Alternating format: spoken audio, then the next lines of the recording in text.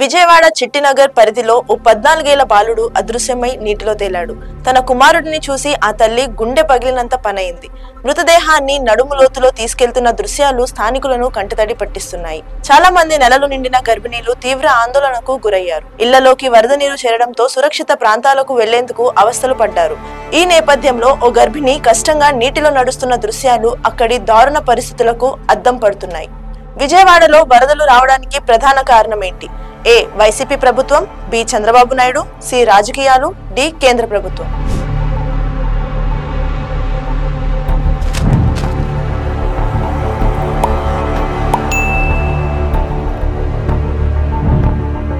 వరదలు మిగిల్చిన విషాదం అంతా ఇంత కాదు. పేదల బతుకులు ఛిద్రమయ్యాయి. చిరు వ్యాపారాల ఆశలు అడయాసలయ్యాయి. కార్లు, ఆటోలు, బైకులు ఇలా వేల కొద్ది వాహనాలు కొట్టుకుపోయాయి. ఆటోనే జీవనాధారంగా చేసుకుని బతికే డ్రైవర్లకు ఉపాధి లేకుండా పోయింది. క్యాబ్ డ్రైవర్లు తమ కార్లను కోల్పోయి పుట్టెడు దుఃఖంలో ఉన్నారు. 6 లక్షల అప్పు చేసి కారు కొన్నా నెలకు 40,000 కట్టాలి. నా కారేమో వరదలో కొట్టుకుపోయింది, ఇప్పుడు నేనేం చేయాలంటూ ఓ క్యాబ్ డ్రైవర్ ఆవేదన వ్యక్తం చేశాడు. కూరగాయలు, పండ్లు అమ్ముకుని బతికే వాళ్లకు చోటు లేకుండా పోయింది. మొత్తం ఎక్కడ చూసినా బురద. మళ్లీ సాధారణ పరిస్థితులు ఏర్పడటానికి ఎంత టైం పడుతుందో సరిగ్గా అంచనా వేయలేని పరిస్థితి. కిరాణా షాప్ నడిపే వాళ్ళు, మత్స్యకారులు, పాన్ షాప్, ఫాస్ట్ ఫుడ్ సెంటర్లు, చికెన్ సెంటర్లు, మెకానిక్ షాపు నడిపే వాళ్ళు పరిస్థితి దీనంగా మారింది.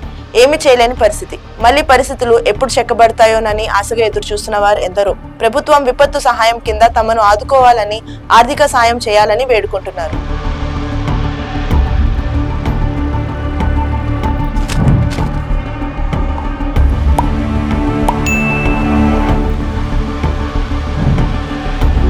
వరద తగ్గుముఖం పడుతున్న కొద్దీ చనిపోయిన వారి సంఖ్య పెరుగుతోంది. ఇప్పటి వరకు 29 మంది వరదలో మృతి చెందారు. దాదాపు 22 మృతదేహాలను పోస్ట్ మార్టం నిమిత్తం విజయవాడ ప్రభుత్వ ఆసుపత్రికి తరలించారు. దీంతో ప్రభుత్వ ఆసుపత్రి దగ్గర విషాద ఛాయలు అలుముకున్నాయి. మృతదేహాలను చూసి కుటుంబ సభ్యులు కన్నీటి పర్యంతమవుతున్నారు. ఆసుపత్రి ప్రాంగణంలో ఎటు చూసినా కన్నీటి దృశ్యాలే కనిపిస్తున్నాయి. ఎవరిని పలకరించినా కన్నీటి గాథలే. అయిన వాళ్లను కోల్పోయి అనాథులుగా మిగిలారు. ప్రకృతి చేసిన విలయ తాండవానికి అమాయకులు బలయ్యారు.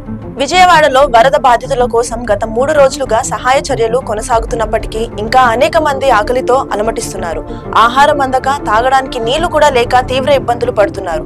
డ్రోన్లు, హెలికాప్టర్ల ద్వారా ఆహారం, తాగునీరు పంపిణీ చేస్తున్నామని ప్రభుత్వం చెబుతున్నా వృద్ధులు, మహిళలు, పిల్లలకు ప్రాబ్లమ్స్ ఉంటూనే ఉన్నాయి. ఇప్పటి వరకు మొత్తం 8 లక్షల ఆహార ప్యాకెట్లు, 6 లక్షల వాటర్ బాటిల్ సరఫరా చేశామని ప్రభుత్వం చెబుతున్నా క్షేత్రస్థాయిలో చూస్తే ఇంకా చాలా మంది పస్తులుంటూనే ఉన్నారు. 4 రోజులుగా విజయవాడలోని చాలా ప్రాంతాలు వరద నీటిలో ఉన్నాయి. ఇంతలోనే మళ్లీ భారీ వర్షాలు కురిసే అవకాశం ఉందన్న వాతావరణ శాఖ అధికారులు హెచ్చరికలు బాధితులకు, అధికార యంత్రాంగానికి కంటి మీద కునుకు లేకుండా చేస్తున్నాయి.